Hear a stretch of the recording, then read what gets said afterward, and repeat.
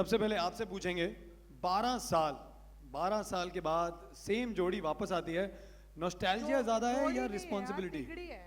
हाँ सॉरी, तिगड़ी वापस आती है और नॉस्टैल्जिया है या मतलब ज्यादा रिस्पॉन्सिबिलिटी है?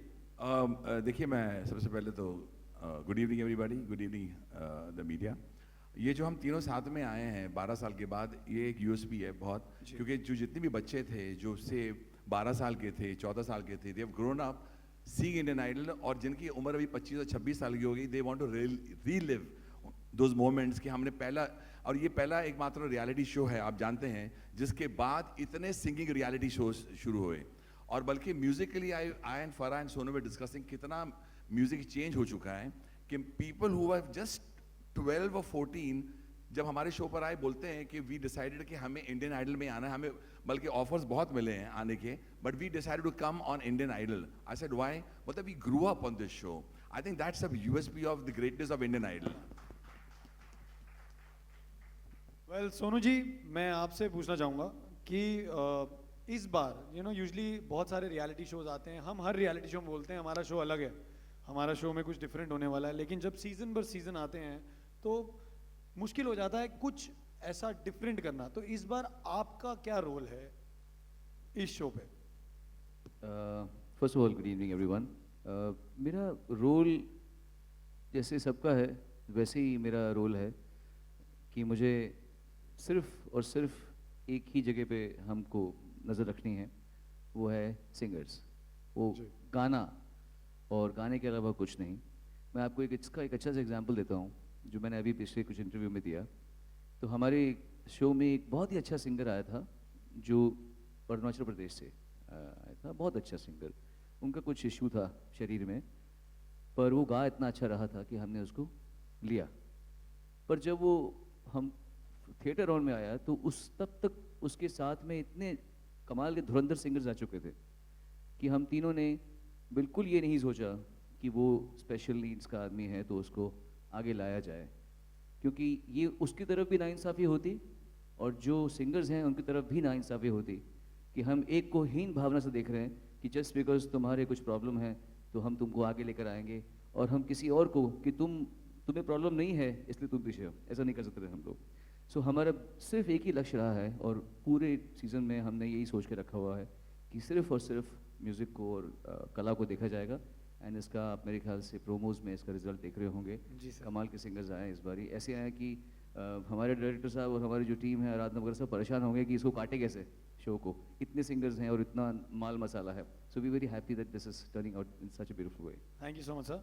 फराह मैम, हम इस बार बात कर रहे थे आवाज़, अंदाज और रियाज की, क्योंकि ये इंडियन आइडल है और हम आइडल किसी को भी मानते हैं तो आई थिंक वो इसलिए मानते हैं क्योंकि we look up to them. तो आवाज़ के अलावा बहुत सारी क्वालिटीज़ होती हैं जो आप इस बार देखने वाले हैं। मैं हर बार ही देखती हूँ और इस टाइम आवाज़, अंदाज, रियाज ऐसे हमें रोल दिए गए, बट आई थिंक सिंगर जो हमने चूज किए हैं 12, उसमें कोई शक नहीं है कि they are all fantastic singers. लेकिन 14 नहीं हमने, सॉरी, हमको बोला गया था 60 सिंगर्स लो तो हमने 120 लिए थे। फिर हमको बोला गया था उसमें से 40 लो तो हमने 48 लिए। फिर बोला कि 24 लो तो हमने 27 लिए। फिर लास्ट 12 बोला गया तो हमने 14 लिए। तो इसलिए मेरा कंफ्यूजन हो गया, सॉरी, क्योंकि इतना टाइम था that we kept on taking more and more. इसमें शायरी भी होगी, मस्ती भी होगी। द तालमेल of me, Sonu and Farah is fantastic. जब जनता देखेगी इस शो को तो अंदाज़ा हो जाएगा कि आपको शायरी जो मुझे अचानक आती है, जैसे आपने शायरी की बात कही है तो आपने क्यों छेड़ा है और उनको तकलीफ हो गई इससे, क्योंकि जैसे कि होता है ना कि ये शुरू हो जाती हैं कि ये बोलते हैं मैं तो एक जहर की पुड़िया रखती हूँ इसकी बैंड बजाने के लिए। तो मैं कहता हूँ तू लेती आ जहर की पुड़िया, तू रहेगी फिर भी मेरी गुड़िया। और उसके आगे निकलते हैं, एक बात बोलना पड़ेगा हमको, हिंदुस्तानी जनता को, आप मीडिया के जरिए, जैसे देश के जवान देश की रक्षा करने में है नंबर 1, उसी तरह सच बोलने में इंडिया का मीडिया भी है, उसमें भी बड़ा है दम। क्या बात है। हम अपने इंडिया के मीडिया की इसलिए तारीफ करते हैं कि जो भी बोलते हैं सच बोलते हैं, और इस बार सच बोलना पड़ेगा। When you see Indian Idol, बहुत शोज हैं अभी, मुझे पता है म्यूजिकल शोज बहुत शुरू हो गए हैं, लेकिन कभी ना भूलना कि सबसे पहले जिसने जितने भी रियलिटी शो शुरू करे हैं वो है Indian Idol. Musical shows were born out of Indian Idol, और बल्कि बताना चाहता हूं अन्नू, फराह, सोनू को देखने के लिए लोग तरस रहे हैं। Not only for our judgement, for the talent that we have discovered. The talent is going to rock the nation. एक सवाल मीडिया ने किया, आप मुझे बताइए कि ये जो वोटिंग सिस्टम है क्या होता है। मैं बोला वोटिंग सिस्टम इस बार तो कमाल हो जाएगा। जो talent east west north south वाली बात जो हम कर रहे हैं, जो नॉर्थ वाला साउथ को सुनेगा तो अपने नॉर्थ को टैलेंट भूल के वो साउथ वाले के लिए वोट करेगा। This is called talent and this is only in Indian Idol which you are going to discover very fast. Thank you so much. Thanks a lot, judges.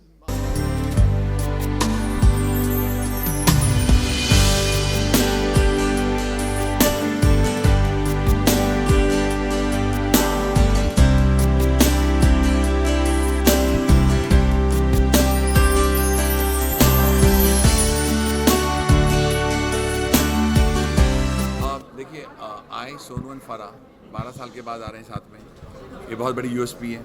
इसके अलावा फैंटास्टिक टैलेंट। थर्ड, मैं कह चुका हूँ कि आप जानते हैं कि there are children who grown up on this show और उनकी यादें जुड़ी हुई इस शो से, तो they all want to see this show and watch all three of us together. Amazing talent. मुझे लगता है हर बार कुछ डिफरेंट ज़रूरी नहीं होता है, एक कंफर्ट फूड होता है। वैसे ये एक कंफर्ट शो है जो आप देखते हैं, फॉर्मेट वही है, सिंगर्स बदलेंगे, कंटेस्टेंट्स बदलते हैं, तो that is what people enjoy watching also. Sonu ji, पहले बहुत सारे मतलब जो पहला शो था वो इंडियन आइडल था, सिंगिंग की बात करें तो रियलिटी शो, लेकिन अभी बहुत सारे सिंगिंग के रियलिटी शोज आ गए हैं और कहा जाता है कि रियलिटी शो में कुछ रियल नहीं होता, तो इस बारे में आपकी क्या राय है? आपके पहले क्वेश्चन से संबंधित इसका आंसर है। इसमें नया ये है कि इसमें जो भी होगा वो सच होगा, सच होगा, रियल होगा। कि इस शो में नया यही है कि इसमें जो भी हो रहा होगा, जो आप देखेंगे वो रियलिटी में ऐसे ही है। क्योंकि मैंने औरों के साथ में भी काम कर रखा है। कोशिश हमेशा यही करते हैं कि ड्रामेटिक्स पे डिपेंड ना करके टैलेंट पे किया जाए। और अनु जी और फराह जी और मैं हम लोग अलग अलग शख्सियतों के एक्चुअली मालिक हैं। और जो भी आप होते हुए देख रहे होंगे वहाँ पे, वो बिल्कुल भी हमें कोई एक्चुअली कहने की हिम्मत ही नहीं रखता कि ऐसे करो। उनको पता है ना, हम सुनेंगे ही नहीं, हम वही करेंगे जो हमें सही लगता है।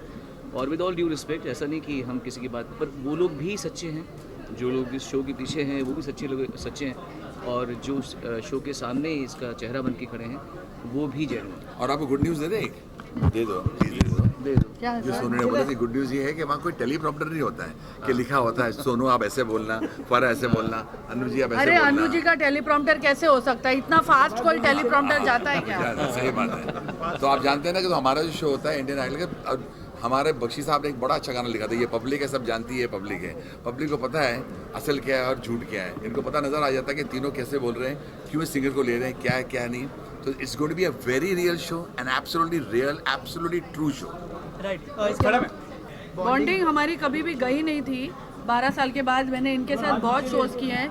सोनू के साथ मेरी बॉन्डिंग अब अलग लेवल की है। उनका बेटा और मेरी बेटी एक साथ एक क्लास में हैं, तो हम वैसे ही एज पेरेंट्स बहुत मिलते हैं। अलग टाइप की बॉन्डिंग है। आई थिंक वो बॉन्डिंग ज़्यादा स्ट्रॉन्ग है क्योंकि वो वर्क रिलेटेड बॉन्डिंग नहीं है।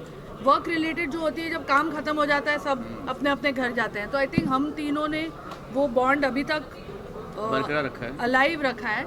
अब हम ये नहीं बोलते किसी सिंगर से, एक्सपेक्ट ये नहीं करते कि वो हर तरह के गाने गा पाए, बिकॉज अब जॉनर्स बहुत सारे आ गए हैं।